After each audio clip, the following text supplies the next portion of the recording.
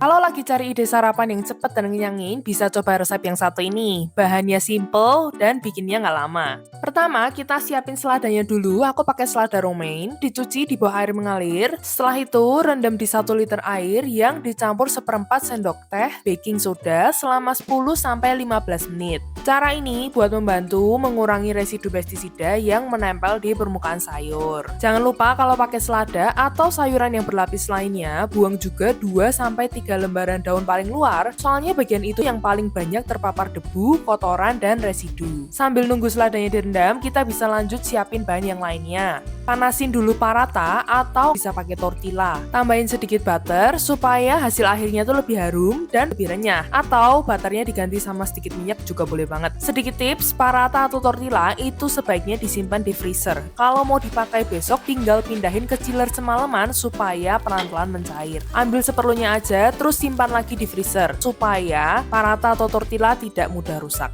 Lanjut, di sini aku pakai smoked beef, dimasak sebentar aja, cukup sampai aroma smoky-nya mulai keluar. Dan aku juga pakai telur dadar, bisa ditambah sedikit garam atau penyedap kalau kamu mau. Nah, sekarang seladanya udah selesai direndam, kita bilas dengan air mengalir, terus dikeringkan pakai alat pengering atau bisa dilap. Kalau semuanya udah siap, tinggal disusun aja.